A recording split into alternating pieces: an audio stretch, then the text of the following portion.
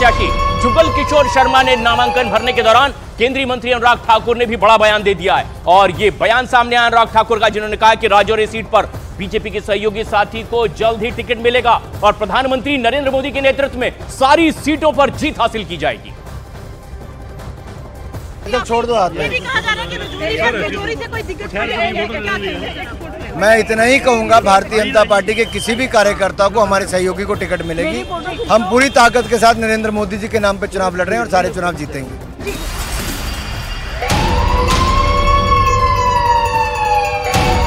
Election धमाका में बड़ी खबर। इस बीच लोकसभा चुनाव 2024 से पहले कांग्रेस को इनकम टैक्स विभाग ने 1800 करोड़ रुपए का नोटिस भेज दिया है और उसके बाद कल रात इनकम टैक्स विभाग की तरफ से 2 और नोटिस भेजे गए। और इस बात की जानकारी कांग्रेस नेता जयराम रमेश ने खुद दी है कि किस तरह से आयकर विभाग ने उन्हें आखिर एक बार फिर से नोटिस जारी कर दिया है। आरटी का नोटिस आया है और अब कांग्रेस को इसका जवाब देना है। कांग्रेस को फिर से इनकम टैक्स का नोटिस आया है।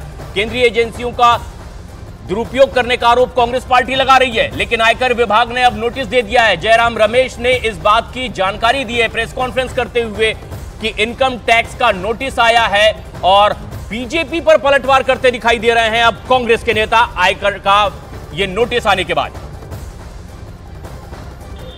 अगर आप सोचें कि आप राजसी परिवार से हैं, आप डायनेस्ट हैं और आपसे कोई प्रश्न नहीं पूछा गया तो होगा नहीं। देश में इनकम टैक्स देने का काम उतना मेरा भी है, उतना जयराम रमेश का भी है, उतना कांग्रेस पार्टी का भी है, उतना बाकी सब पार्टीज का भी है। असल में क्या है कि इनकम टैक्स वाले आपको नोटिस भेजते हैं, आप जवाब नहीं देते, फिर आप पे जुर्माना लगता है तो आप अपीलेट कोर्ट जाते हैं, अपीलेट कोर्ट आपकी अर्जी को नकार देता है, हाई कोर्ट आपकी अर्जी को नकार देता है और अब आप कहते हैं कि सरकार आपको तंग कर रही है। असल में क्या है कि टैक्स आप नहीं करते, टैक्स आप एवेट करते हैं। सारा हिंदुस्तान देख रहा है, आम आदमी तक देख रहा है, गांव घर का आदमी भी देख रहा है कि विपक्ष चला जा रहा है और उसके लिए income tax, ED, CBI, NIA सब एजेंसियों उसका दुरुपयोग किया जा रहा है। विभागों से जहां जहां लोग काम करते हैं, जहां किसी के रिश्तेदार नातेदार काम करते हैं, उनसे दबाव डलवाया जा रहा है। और इलेक्शन धमाका में इस वक्त एक बड़ी खबर आ रही है महाराष्ट्र से। लोकसभा चुनाव के लिए महाविकास आघाड़ी की सीट शेयरिंग का फॉर्मूला अब महाराष्ट्र में फंसता दिखाई दे रहा है। जानकारी के मुताबिक महाराष्ट्र की 4 से 6 सीटों पर कांग्रेस पार्टी महाविकास आघाड़ी के दूसरे साथी उद्धव ठाकरे और शरद पवार गुट के प्रत्याशी उतारने की तैयारी में इनके खिलाफ आमने सामने लड़ते दिखाई देंगे। बताया जा रहा है कि महाराष्ट्र की सांगली, भिवंडी और मुंबई की 2 लोकसभा सीटों पर कांग्रेस फ्रेंडली फाइट करने वाली है। महाराष्ट्र कांग्रेस के कार्यकारी अध्यक्ष नसीम खान ने बताया कि आला कमान का फैसला है कि कांग्रेस 6 सीटों पर फ्रेंडली फाइट करेगी। जिस तरह से हमारे महाविकास आघाड़ी के दल शिवसेना ने या पवार साहब के राष्ट्रवादी ने जिस तरह से हठधर्मी दिखाई है और उससे कांग्रेस का कार्यकर्ता और कांग्रेस के महाराष्ट्र के सभी नेता नाराज हैं। अब हम लोग ये सोच रहे हैं कि जो हमारी परंपरागत सीट है, चाहे वो सांगली हो, भिवंडी हो, उत्तर मध्य मुंबई हो, उत्तर पश्चिम, ऐसी जो 5-6 सीटें हमारी हैं, उन सीटों पर हम लोग क्यों ना फ्रेंडली फाइट करें, दोस्ताना तरीके से चुनाव लड़ें। जैसे कि पंजाब में केजरीवाल जी के साथ हम लोग चुनाव लड़ रहे हैं, दिल्ली में हमारा उनके साथ गठबंधन है, पंजाब में 1 सीट पे गठबंधन है, बाकी सीटों पे हम फ्रेंडली फाइट कर रहे हैं। तो हम मुंबई और महाराष्ट्र में भी फ्रेंडली फाइट करने की हमारी तैयारी है और ये सोच और ये फैसला दिल्ली हाईकमान को, आला कमान को बता दिया गया। और इलेक्शन धमाका में अब हम आपको बताते हैं कि दरअसल महाराष्ट्र में इंडी गठबंधन में घटक दलों के बीच तकरार की वजह क्या है। दरअसल दावा है कि शिवसेना ने उन सीटों पर अपने प्रत्याशी घोषित कर दिए हैं जहां कांग्रेस मजबूत है। और अब हम आपको बताते हैं कि आखिर किस तरह से उन सीटों पर ये प्रत्याशियों के नाम का ऐलान हो चुका है।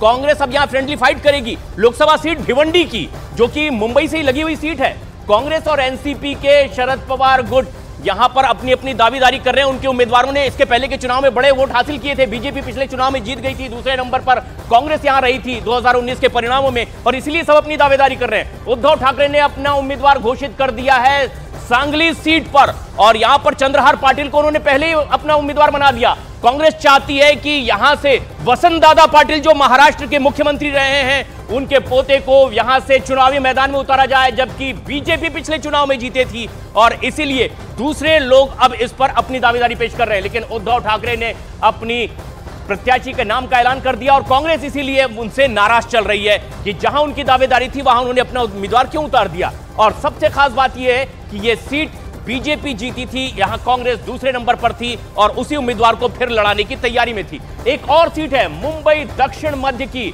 उद्धव ठाकरे की ओर से प्रत्याशी के नाम का ऐलान कर दिया गया और कांग्रेस पार्टी इसलिए नाराज है। यहां पर शिवसेना जीती थी, लेकिन खास बात यह है कि राहुल शेवाले ये उद्धव ठाकरे के नेता जरूर थे, लेकिन वो पाला बदलकर शिंदे गुट में चले गए हैं, उद्धव ठाकरे के साथ नहीं। लेकिन उद्धव ठाकरे कहते हैं कि मेरी ही पार्टी का प्रत्याशी जीता था, इसलिए उन्होंने अपना उम्मीदवार उतारा। और इस बीच कांग्रेस के फ्रेंडली फाइट करने के फैसले पर शिवसेना भड़क उठी है और शिवसेना नेता संजय राउत ने कहा है कि अगर कांग्रेस यहां पर महाराष्ट्र में फ्रेंडली फाइट करती है तो उत्तर प्रदेश और बिहार में शिवसेना उनके सामने ऐसे ही खड़ी होगी और नाम देगी ये हमारी फ्रेंडली फाइट है।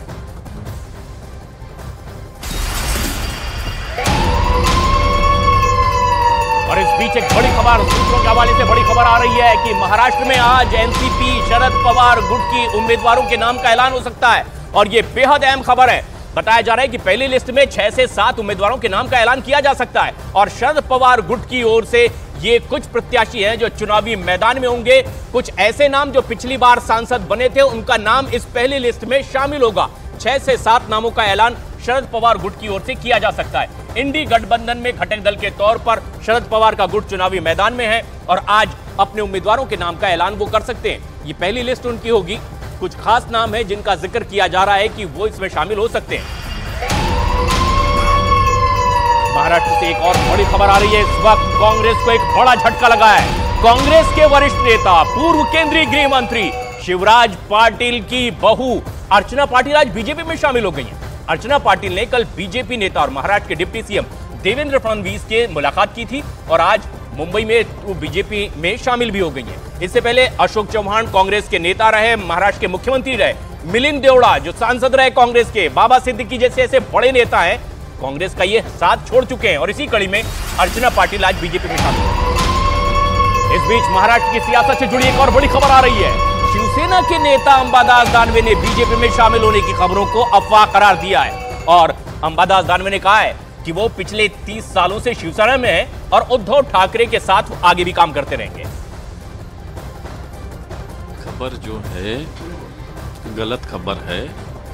मैं पिछले 30 साल से शिवसेना का काम करने वाला शिवसैनिक हूँ जो बाला साहब ठाकरे जी के विचार से काम करता है और अभी उद्धव जी के नेतृत्व के नीचे काम करता है।